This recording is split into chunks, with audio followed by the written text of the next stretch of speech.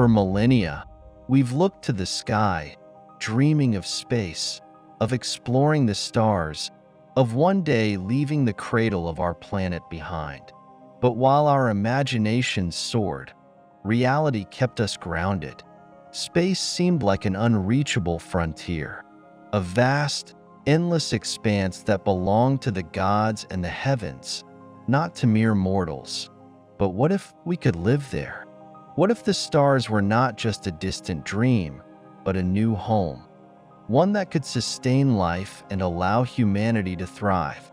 The idea of creating permanent settlements in space has been a dream for decades. But what if this dream was not just a fantastical notion, but an achievable reality? One idea, conceived in the 1970s by physicist Gerard K. O'Neill, might hold the key.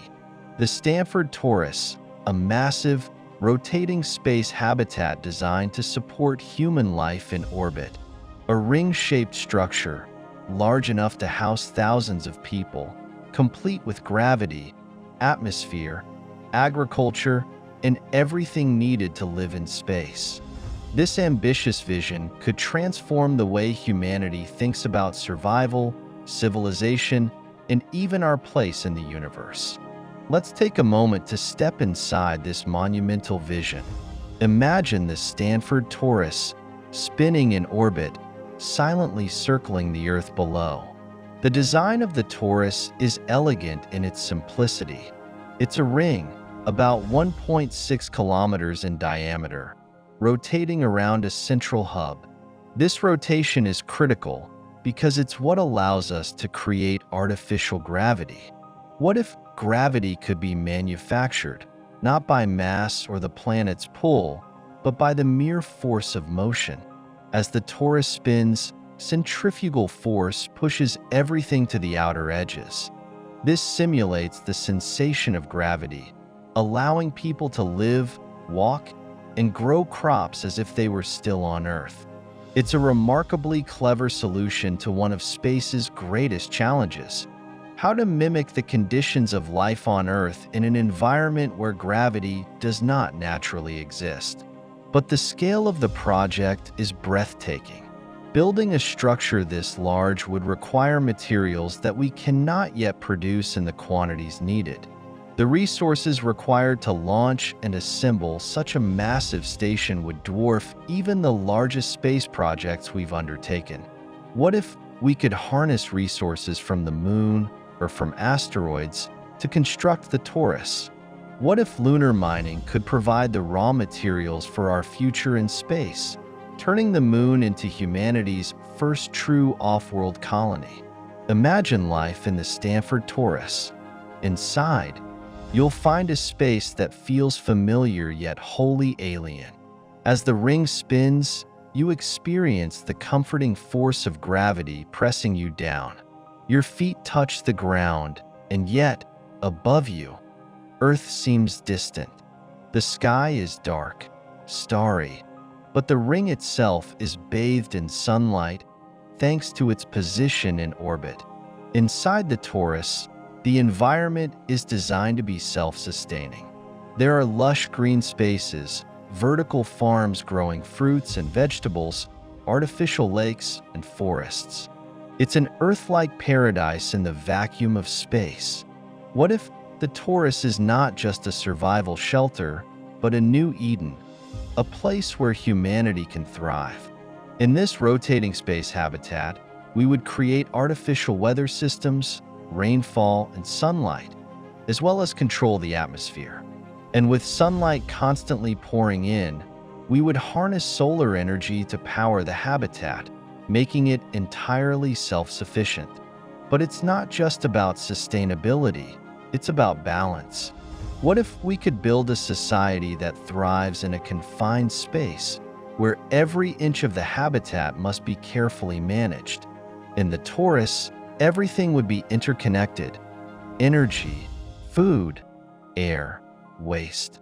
Life would revolve around maintaining this delicate equilibrium. People would live in a microcosm of Earth's ecosystem, and they would have to cooperate to ensure that every resource is carefully distributed and conserved. But could humanity truly live in such an enclosed, controlled environment? Could we build a society in which every need is met, yet every decision is magnified in importance, where the survival of the community hinges on each person's actions? What if the key to building and maintaining the Torus lies not just in advanced engineering, but in how we gather and manage energy? The Torus would require an immense amount of energy to launch the structure into orbit, to keep it spinning, to power its lights, air systems, and farms. It would require more energy than we can imagine. But what if the sun itself could provide this energy? Solar power would be harnessed on a grand scale, with vast arrays of solar panels covering the exterior of the Torus. This could be a nearly infinite source of clean energy, as the Torus would orbit in a location where sunlight is abundant 24/7. And yet, we'd need more than just solar power to sustain the Torus. The resources required to build it, to keep it running, to transport people and goods to and from Earth, these would require a leap forward in technology. Perhaps it's time to look beyond Earth's atmosphere for those resources. What if the Moon, with its rich mineral deposits, could become a critical part of this new era in space colonization? By mining resources on the Moon, we could transport them into orbit, reducing the need to launch materials from Earth itself. This would not only make the Torus a viable project, but it would pave the way for future space colonies, potentially opening up the entire solar system to human habitation. What if the Moon became the gateway to humanity's expansion into the cosmos? Now, imagine this. Humanity has built the Stanford Torus, and thousands of people are living inside it, day in and day out. Life is vastly different from life on Earth. The vastness of space surrounds them. The view of Earth is distant, no longer a home, but a pale blue. Psychologically, this would be an immense shift. For the first time, humans would live entirely in space, cut off from Earth. The isolation could be profound. The loneliness of living on a self-contained space station might weigh heavily on people's minds. Would they feel trapped? Would they yearn for Earth? Or would they come to embrace the Torus as their true home? What if our understanding of community and society had to evolve? Would we create new systems of government, new social norms, new ways of dealing with conflicts? Could a society that relies on complete cooperation and resource sharing also thrive with individuality and personal freedom? And what about the children born in the Torus? What if the next generation of humanity grows up never knowing Earth, never feeling its gravity beneath their feet? Would they look up at the stars and long to visit the world below? Or would they see space as their true home?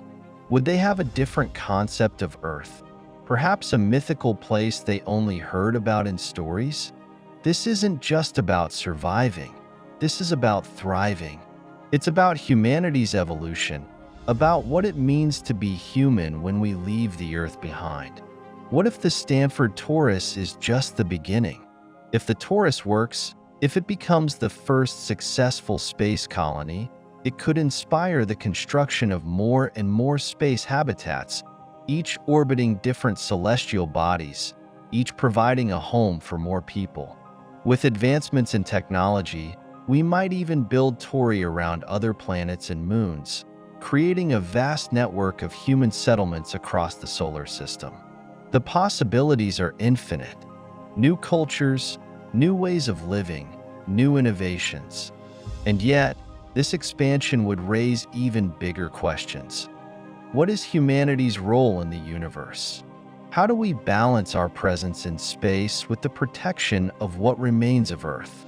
Could we avoid repeating the mistakes that led to the overuse of Earth's resources? What if the Torus wasn't just an escape, but a chance to reset, to build a society from the ground up, one that learns from the past and forges a better future.